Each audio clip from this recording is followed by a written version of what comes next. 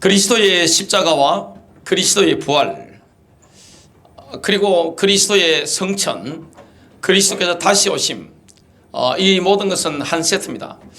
예수님의 부활과 예수님의 성천과 예수님의 하나님 보좌 우편에 앉으신 것은 한 세트입니다. 오늘 이런 부분에 대해서 말씀을 우리가 들으면서 실제적인 영의 역사, 이런 것을 우리가 오늘 경험하게 되고 우리의 놀라운 신분이 어떤 것인가, 이런 것들을 깨닫게 됩니다. 참 놀라운 은혜를 우리가 입은 거죠. 그래서 기독교 역사가 깊은 유럽에서는 그리스도의 성천일이 법정 공휴일입니다. 왜냐? 너무 중요한 것이기 때문에 그래요.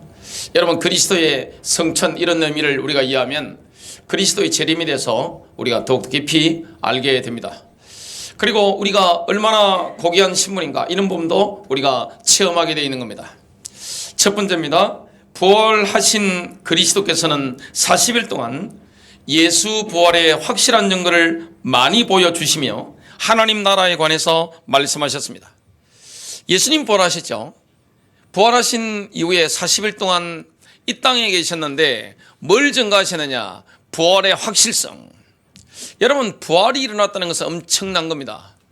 예수님이 부활하시다, 이 말을 쓰면 뭡니까? 사망 권세를 깨신 겁니다. 죽음의 문제, 사람들이 가장 두려워하는 죽음의 문제, 종교가 다루는 게 뭡니까? 죽음의 문제죠. 여러분, 주님이 해결하신 게 무엇입니까? 죽음의 문제입니다. 사람들은 가장 두려워하는 거, 죽는 걸 두려워합니다. 어린아이도 죽는 거 두려워해요. 청년들 노세 젊어서 놀아 합니다만은 그들이 두려워하는 게 뭡니까? 외면해서 그렇지 죽음에 대한 두려움입니다. 기성세대가 가장 두려워하는 게 죽음입니다. 노인세대 죽음에 대해 두려워합니다. 굉장히 두려워하죠. 이 문제를 해결하신 분이 누굽니까? 바로 예수 그리스도입니다. 그분이 부활하신 겁니다. 그리고 하나님의 나라에 대해서 40일 동안 굉장히 정확하게 말씀하신 겁니다. 로마서 4장 25절, 예수께서는 우리의 범죄함을 인하여 드려지셨고 우리의 어렵게 하심을 위하여 다시 일으켜 지셨느니라. 여러분, 우리가 예수 그리스도의 부활을 믿으면 어려워지는 거죠. 마치 한 번도 죄를 지은 적이 없는 것처럼 완벽하게 어려워지는 겁니다. 그 은혜를 우리가 잊게 된 겁니다. 예수님께서는 부활하신 당일날에 그날 5번이나 의심하는 제자들에게 나타나셨습니다. 지금 40일 동안에 주님이 어떻게 지금 걸어가셨는가, 누구를 만나셨는가, 어떤 일을 하셨는가, 어떤 메시지를 하셨는가를 우리가 이해해야 됩니다. 주님 뭐 하셨습니까? 그 40일 동안 부활하신 것을 확실하게 증거하신 거예요. 왜냐? 사람들이 믿지 못하기 때문에. 예수께서 부활하셨다는 것은 죽음의 문제 해결된 것이고 마귀의 세력을 정복하신 겁니다. 뭡니까? 하나님의 나라가 임한 거예요. 그 두 가지, 하나님의 나라, 예수 부활, 이걸 40일 동안 부활하신 예수님의 발자국을 통하여 메시아의 발자취를 통해서 완벽하게 증거하신 겁니다. 가장 먼저 누구에게 보이셨습니까? 여러분, 가장 중요한 것은 가장 사랑하는 사람이에요. 누굽니까? 막달라 마리아입니다. 예수 그리스도의 부활을 증거했던 제1 증인이 12제자가 아니에요. 막달라 마리아입니다. 두 번째 증인이 누굽니까? 막달라 마리아와 함께 있었던 야고보의 어머니 마리아, 그리고 구사의 아내 요한나, 이런 여인들이었습니다. 여인들이 왜 그걸 보도록 만들었죠? 여인들이 가서 누구에게 증거하도록? 제자들입니다. 예수님의 제자들에게 증거하도록. 왜냐? 제자가 왜 중요하죠? 교회를 세울 인물이기 때문에 그렇습니다. 주님은 이 땅에 일하시는데 주님의 핵심 과제가 뭡니까? 교회입니다. 하나님의 모든 관심, 그리스도의 모든 관심이 어디 있습니까? 교회를 세우는 겁니다. 지금 이 땅에 모든 기관들이 있는데 예수님의 관심은 오직 어디 있느냐? 교회입니다. 교회를 세울 사람, 교회를 세울 사람들이 어디에 충격과 감격과 확신이 있어야 됩니까? 예수 그리스도의 부활입니다. 주님은 부활하셨다. 주님은 나를 위해 죽으셨고 부활하셨다. 여기에 대한 확실한 정의를 삼기 위해서 여인들에게 먼저 나타나신 거죠. 남자 제자들보다 예수님을 더욱더 뜨겁게 사랑하고 섬겼던 인물은 여자들입니다.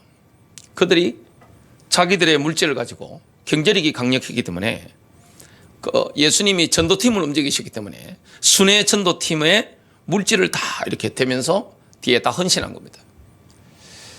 그들에게 가장 먼저 보이신 겁니다. 세 번째 누구에게 나타나신 겁니까? 예수님의 수제자 베드로입니다. 교회를 세울 인물 베드로. 또 예수님께서는 시리에 빠져서 엠마오로 내려가는 두 제자에게 나타나셨습니다. 뭘 풀어주신 겁니까? 구약 성경을 가지고 예수님에 대해서 말씀하신 거, 시편, 선지자들의 글, 이걸 싹 오픈하는데 그 엠마오로 가는 두 제자가 듣는데 심령이 막 뜨거워지는 거죠.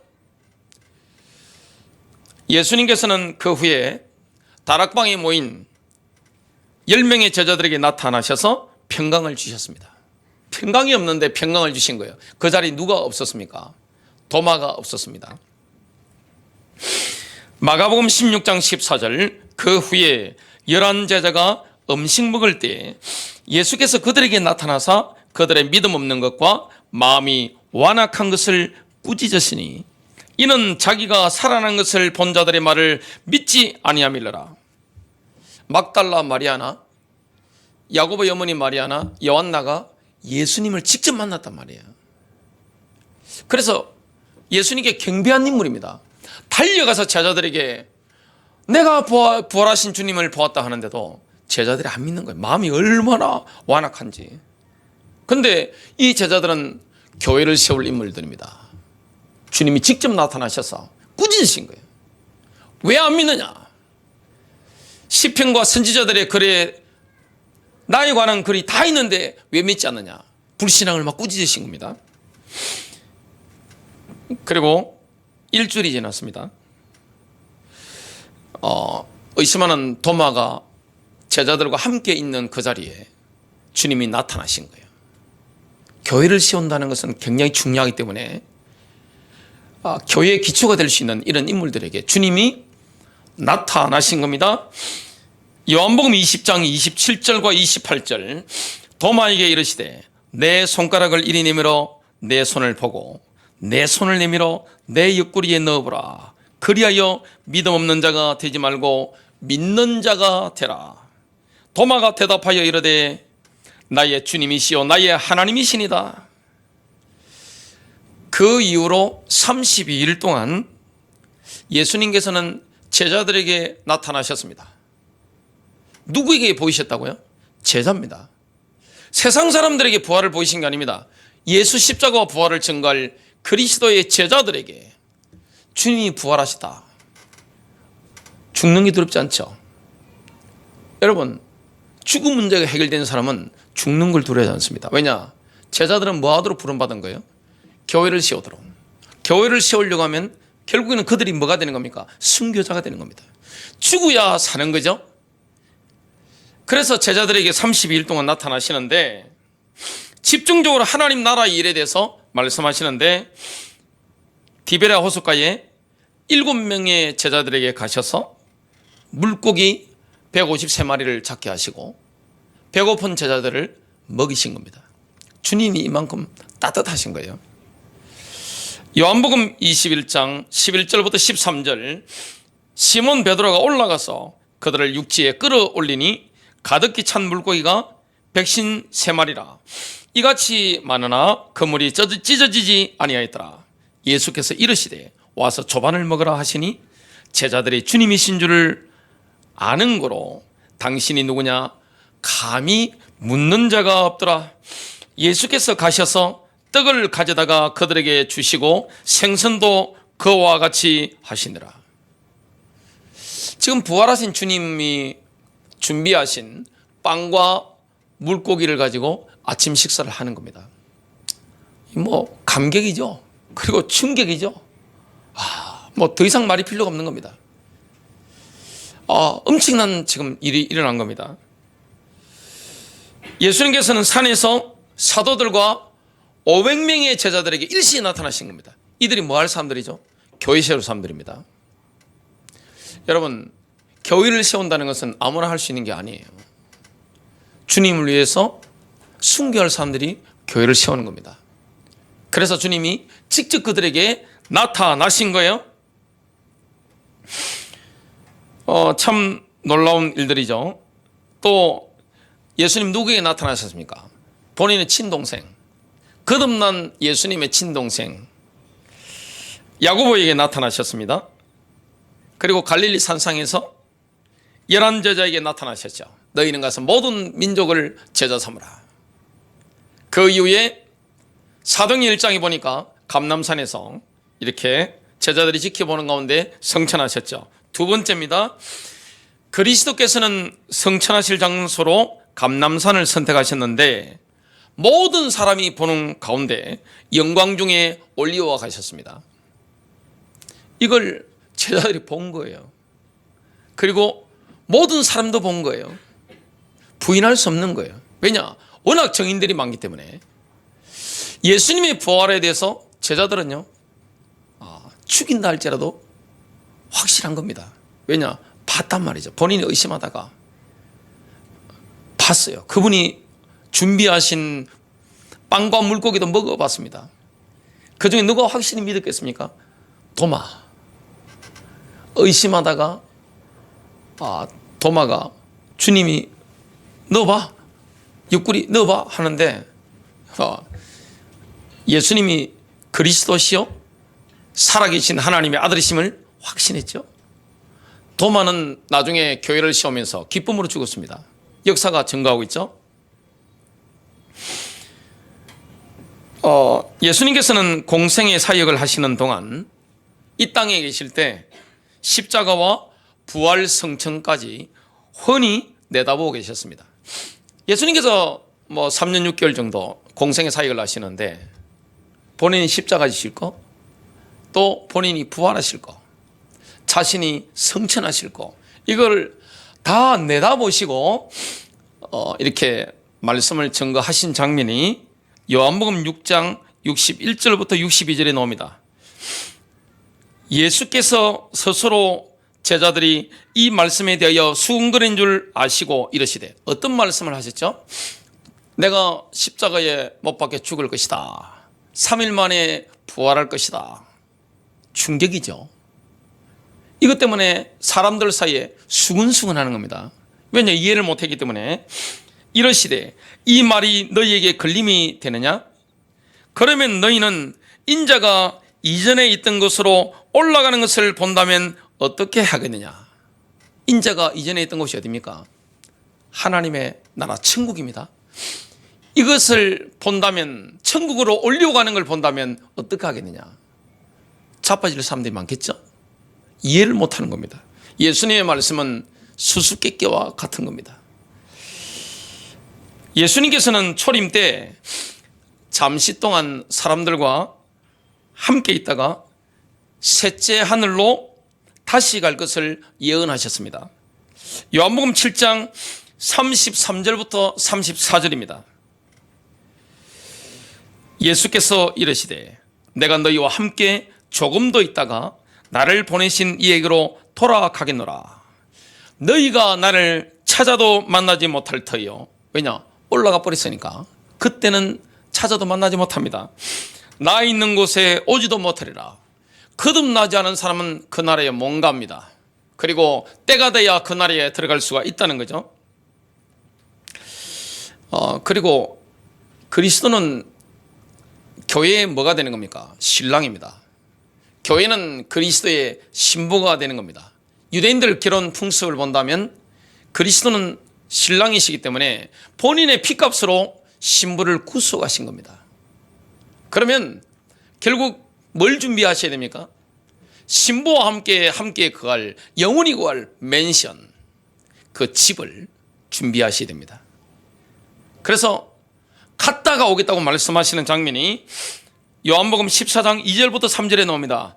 내가 너희를 위하여 거처를 예비하러 가노라. 맨션을 준비하러 가겠다고 말씀하시는 겁니다. 가서 너희를 위하여 거처를 예비하면 내가 다시 와서 너희를 내게로 영접하여 나 있는 곳에 너희도 있게 하리라. 여러분, 예수님의 제자들 가운데 예수님의 부활을 직접 본 사람 한 사람도 없습니다. 부활하시는 장면을 못 봤단 말이죠, 제자들은. 근데 그리스도의 성천에 있어서는 모든 제자들이 그리스도의 성천 그 자체를 직접 목격했습니다. 구름이 그를 가리어 보이지 않게 하더라 그랬죠? 이 구름이라는 것은 자연의 구름이 아니에요. 뭡니까? 영광의 구름입니다. 여러분, 영광의 구름이라는 것은 예수님이 뭐라는 말씀이죠? 왕입니다. 예수 그리스도는 만왕의 왕이십니다. 예수님은 주님이십니다. 하나님이십니다. 영광의 구름에 이렇게 둘러싸여서 구름이 모시고 간 거죠. 자연의 구름에 이렇게 쌓여서 보이지 못한 게 아닙니다. 자연의 구름이 아니에요. 영광의 구름입니다. 다니엘서 7장 13절부터 14절입니다. 다니엘이 이걸 환상 중에 봤죠. 내가 또 밤 환상 중에 보니, 다니엘이 지금 밤에 본 겁니다. 인자 같은 이가 하늘 구름을 타고 와서 옛적부터 항상 계신 이에게 나아가 그 앞으로 인도됨에 그에게 권세와 영광과 나라를 주고 모든 백성과 나라들과 다른 언어를 말하는 모든 자들이 그를 섬기게 하였으니 그의 권세는 소멸되지 아니하는 영원한 권세요 그의 나라는 멸망하지 아니할 것이니라. 여러분, 사람이 어디에 가면 어디를 가요? 그러면 그 시선이 어디에 가 있습니까? 목적지에 가 있죠. 근데 예수님은 지금 하늘나라를 향해서, 천국을 향해서 영광의 구름을 이렇게 타고 가시는데 천국을 바라보고 계신 게 아니에요. 뭘 바라봅니까? 교회를 세울, 그리스도의 교회를 위해서 순교할 제자들에게 눈이 꽂혀 있는 겁니다. 마음이 꽂혀 있기 때문에 눈이 꽂혀 있는 거예요. 너무너무 중요한 사람들. 여러분, 이 땅에 가장 중요한 사람이 누굽니까? 하나님 보실 때 세상 사람이 아니에요. 교회를 세우는 사람입니다. 이 땅에 최고의 사람이 누굽니까? 하나님 보실 때 기족이 누굽니까? 교회를 세우는 사람이에요. 그리스도의 교회를 세우는 사람. 여기에 기도 응답과 능력과 이게 다 있는 겁니다. 누가복음 24장 50절과 51절입니다. 예수께서 그들을 데리고 베다니 앞까지 나가서 손을 들어 그들에게 축복하시더니 축복하실 때에 그들을 떠나 하늘로 올려지시니 그들이 그에게 경배하고 큰 기쁨으로 예루살렘에 돌아가 늘 성전에서 하나님을 찬송하니라. 주님이 나를 축복하는구나. 제자들은 이걸 확실히 봤습니다. 주님이 그 모습 그대로 다시 오실 것을 확실히 알고 있었습니다. 이 말씀을 알면 하늘을 보는 게 달라집니다. 저는 날마다 하늘을 하루에 몇 번씩 봅니다. 그를 가면 본능적으로 제가 하늘을 쳐다봅니다. 뭘 바라볼까요? 주님의 성천, 그 다음에 그리스도의 재림입니다. 구름 타고 오실 주님, 자연 구름이 아니에요. 영광의 구름을 타고 오신다고 말씀했기 때문에 모든 사람이 그 구름에 쌓인 주님을 보게 되겠죠. 그럼 얼마나 울림이 옵니까? 그날을 기다리는 겁니다. 그날이 분명히 오게 되는 겁니다. 이게 바로 그리스도의 성천입니다. 세 번째입니다. 성천하신 그리스도께서는 하나님 아버지의 오른편에 앉으셨는데 지금 현재 그리스도의 원수들의 한가운데서 다스리고 계십니다. 주님 왕이시죠. 주님은 제사장이십니다. 주님은 지금도 선제자의 일을 하고 계시는 겁니다. 다윗은 천상에서 들려지는 대화를 들었습니다. 이 다윗은 영적 세계 속에 들어가서 하나님 아버지께서 아들 하나님께 메시아께 하시는 말씀을 직접 들은 겁니다. 천상의 대화를 들은 거예요. 시편 110편 1절입니다. 주께서, 아버지 하나님께서 이 말씀이죠. 내 주께, 메시아께 말씀하시기를 내가 내 원수들을 내 발받침으로 삼을 때까지 너는 내 오른편에 앉아 있으라 하셨도다. 이걸 듣게 된 겁니다. 주님은 지금 하나님 우편에 앉으신 겁니다. 뭡니까? 왕입니다. 주님은 영광의 왕으로 하늘나라에 영접되신 거예요.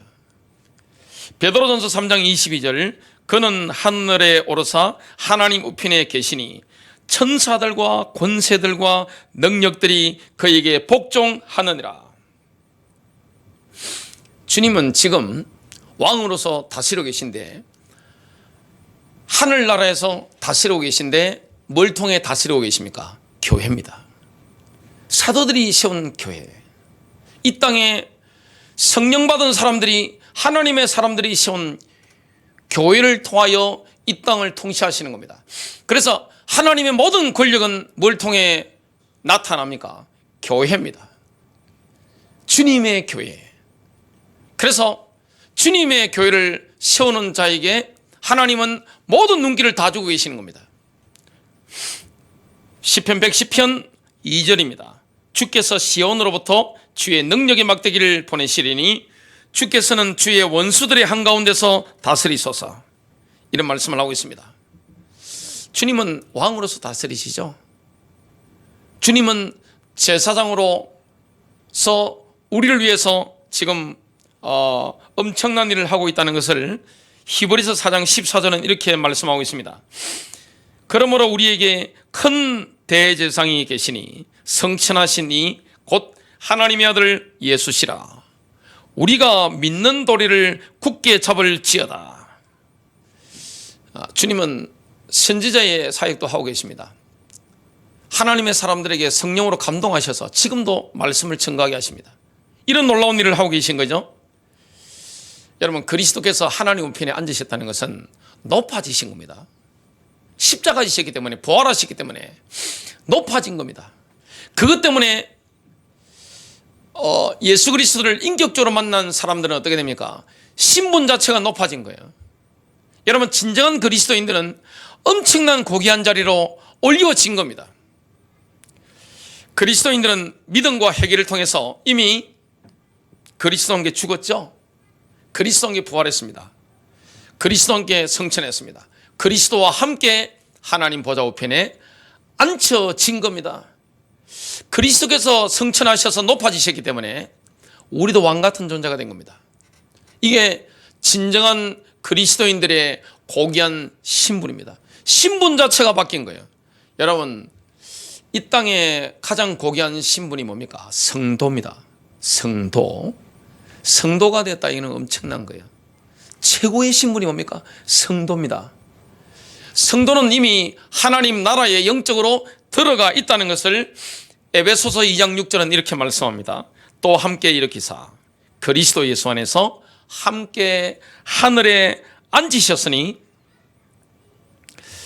여러분, 그리스도의 영께서 우리의 마음을 어디로 이끌어 가십니까? 신자의 마음, 성도의 마음을 어떻게 이끌어 갑니까?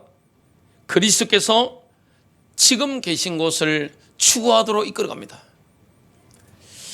그래서 위에 있는 것을 추구하며 살도록 우리 마음을 이끌어 갑니다. 그래서 신자들은요, 진정한 그리스도인들은 성령의 인도를 받으면 위의 것을 추구하도록 마음이 이끌립니다. 그리스도께서 앉아 계신 하나님 보좌, 이것을 바라보도록 자꾸 마음이 이끌리는 거예요. 내 영이 막 이끌리는 거예요. 내 마음이 막 이끌리는 겁니다. 진정한 그리스도인들은 그렇습니다. 내가 구원받은 증거죠. 하나님의 성령께서 마음을 계속 이끌어가는 겁니다. 영적 세계를 추구하게 되어 있습니다. 본질적으로 뭘 추구하게 되었습니까? 영혼을 추구하며 살도록 우리 마음을 감동하사 이끌어 가시는 겁니다. 이게 구원받은 사람의 증거입니다. 이상하게 내 마음이 막 끌리는 거예요.